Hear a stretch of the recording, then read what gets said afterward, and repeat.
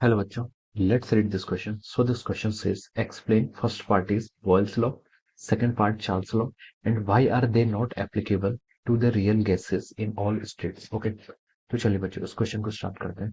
तो देखिए बच्चों इस क्वेश्चन का की कॉन्सेप्ट आप लिख सकते हैं। The key concept of this question, इस क्वेश्चन में देखिए आपको बॉयल्स लॉ बतानी है, चार्ल्स लॉ बतानी है और बताने की why they are not applicable to the real gases in all states. Okay, तो इस क्वेश्चन का की कॉन्सेप्ट हम क्या लिख सकते हैं, गैस लॉ लिख सकते हैं। क्या लिख सकते हैं, gas laws. Okay, gas law is the key concept of this question. Okay, तो देखिए बच्चों गैस लॉ होती क्या है। गैस लॉ एक आपका ऐसा फंक्शन होता है जो क्या होता है, आपका प्रेशर, वॉल्यूम और टेम्परेचर की क्या बताता है, आपकी डिपेंडेंसी बताता है, मास की बताता है। ओके, तो इसकी जो इक्वेशन को रिलेट करता है उसे हम क्या बोलते हैं, आपकी गैसेस लॉ बोलते हैं। Okay, gases law is a function between the pressure, volume and temperature at some specific values of mass, pressure and volume and temperature. Okay, इनके बीच की जो रिलेशनशिप होती है उसे हम किसके थ्रू फाइंड आउट करते हैं, with the help of the gas law. Okay, और जो गैस लॉस होती है दिस आर, ये आपको इनको किस बेसिस पर डिराइव किया गया, this are derived on the basis of the assumptions of kinetic theory of gases। kinetic theory of gases के assumptions पर हम क्या करते हैं, इनको डिराइव करते हैं। ओके, जैसे कि kinetic theory of gases बोलती है कि जो साइज ऑफ द मॉलिक्यूल्स होता है वो क्या होता है,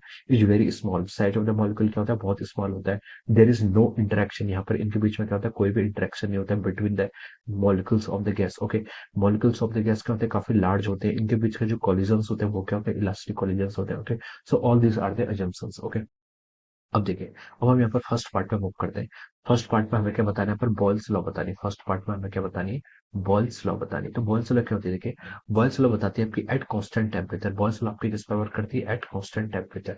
कांस्टेंट टेम्परेचर एंड मास भी लिख सकते हैं। Okay, eight constant temperature and मास, जब आपका देखिए कांस्टेंट टेम्परेचर होता है एंड मास होता है। ओके, आपको पता है देखिए पीवी इक्वल क्या होता है, आपका एनआरटी के इक्वल हो जाता है। ओके, एन क्या आपका number of moles, number mass constant है तो नंबर ऑफ मोल्स भी हम बोल सकते हैं बराबर होंगे। ओके, और आपका आर आपका कांस्टेंट है, यूनिवर्सल कांस्टेंट है। ठीक है, आपका टेम्परेचर, टेम्परेचर कांस्टेंट रहेगा। ओके, तो देखिए आपका राइट हैंड साइड कांस्टेंट हो गया, तो हम इस कंडीशन में क्या बोल सकते हैं, जो आपका प्रेशर और वॉल्यूम का प्रोडक्ट होता है it is equal to the constant. Okay, तो क्या बोल सकते हैं, देखिए at constant temperature and mass the product of the pressure and volume is equal to constant. ये क्या हो जाता है, कांस्टेंट हो जाता है। या फिर हम ये बोल सकते हैं pressure is inversely proportional to volume. Pressure क्या हो जाता है, इनवर्सली प्रोपोर्शनल टू क्या हो जाता है, वॉल्यूम हो जाता है।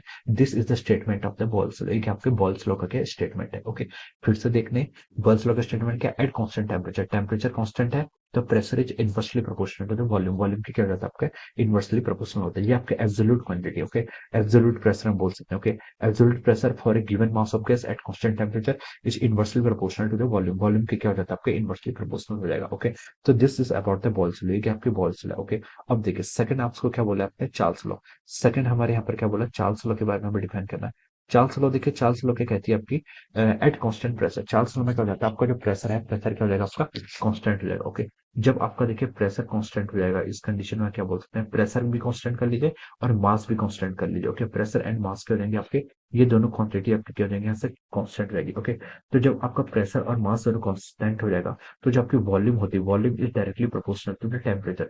वॉल्यूम किसके प्रोपोर्शनल हो जाती है, वॉल्यूम आपकी क्या हो जाती है, टेम्परेचर के प्रोपोर्शनल हो जाती है एट ए गिवन प्रेशर, और हम बोल सकते हैं amount of gas remains constant. Okay, तो आपका प्रेशर और मास कांस्टेंट होगा, volume is proportional to temperature. This इस स्टेटमेंट को आप क्या बोलते हैं, आपका चार्ल्स लॉ बोलते हैं। ओके, तो आपको देखिए ये भी आप अगेन इस इक्वेशन से, previous ideal ideal gas equation से कह सकते हैं। प्रीवियस इक्वल टू क्या होता है, एनआरटी होता है। एन के आपके यहाँ पर मास के लिए आपके यहाँ पर एन यूज कर रखा है, प्रेशर भी आपका कांस्टेंट कर रखा है, आर तो आपका कांस्टेंट है ही। ओके, तो हम देख रहे हैं कि V is proportional to temperature, ये क्या हो जा रहा है यहाँ से, प्रोपोर्शनल है किसके, टेम्परेचर के। तो वही स्टेटमेंट यहाँ पर से हम चार्ल्स लॉ में बोलते हैं कि volume is proportional to the temperature. Okay, तो this is the Boyle's law और this is the Charles law. Okay, ये आपकी बॉल्स लॉ, चार्ल्स लॉ की क्या कंडीशन है।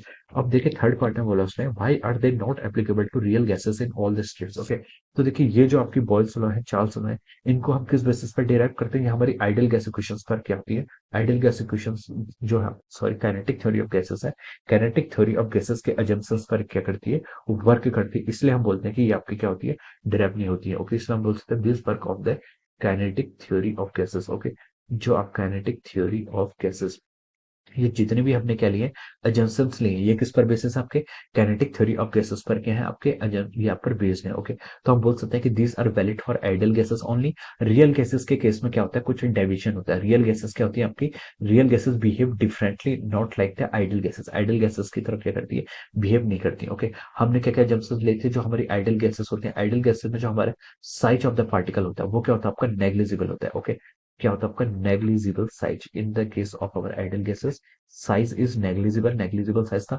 बट जो आपके रियल गैसेस होती हैं, ओके, रियल गैसेस में क्या होता है आपका, देखिए आइडियल गैस की अप्रोक्सीमेशन है, एक्चुअली में आइडियल गैस एग्जिस्ट नहीं करती, ओके, एक्चुअली में तो आपके रियल गैसेस हैं।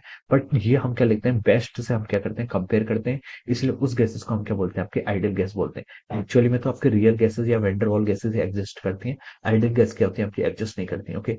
तो आइडियल गैसेस में हमने क्या अप्रोक्सीमेशन लिया था, नेग्लिजिबल साइज होता है। लेकिन एक्चुअली में जो रियल गैसेस होती है उनका साइज क्या होता है, नेग्लिजिबल नहीं होता है, उनका साइज क्या होता है आपका, नेग्लिजिबल नहीं होता है, ओके। और क्या क्या लिख सकते हैं, जो आपका कॉलिजन्स होता है in case of ideal gases, ideal gases के केस में जो आपके कॉलिजन्स होते हैं ये क्या होते हैं आपके, ये आपके इलास्टिक कॉलिजन्स होते हैं, ओके। लेकिन जो आपके रियल गैसेस होती हैं उस केस में क्या होता है आपके कॉलिजन इलास्टिक ना होकर क्या होते हैं आपके इन इलास्टिक होते हैं, ओके। और क्या क्या था, और हमने ये भी बोला था आइडियल गैसेस में there should not be any interaction between the molecules, molecules के बीच में क्या होता है आपका, नो इंटरेक्शन होता है, ओके। लेकिन देखिए जो आपका रियल गैसेस होती है उनमें क्या होता है आपका इंटरेक्शन होता है, इसलिए आपकी P plus A by B square van der Waals में भी आप देखेंगे तो प्रेशर के रिगार्डिंग भी एक टर्म आई थी, ओके। तो ये सब सिचुएशंस आपके आइडियल गैस को कंसिडर करके बताई गई थी।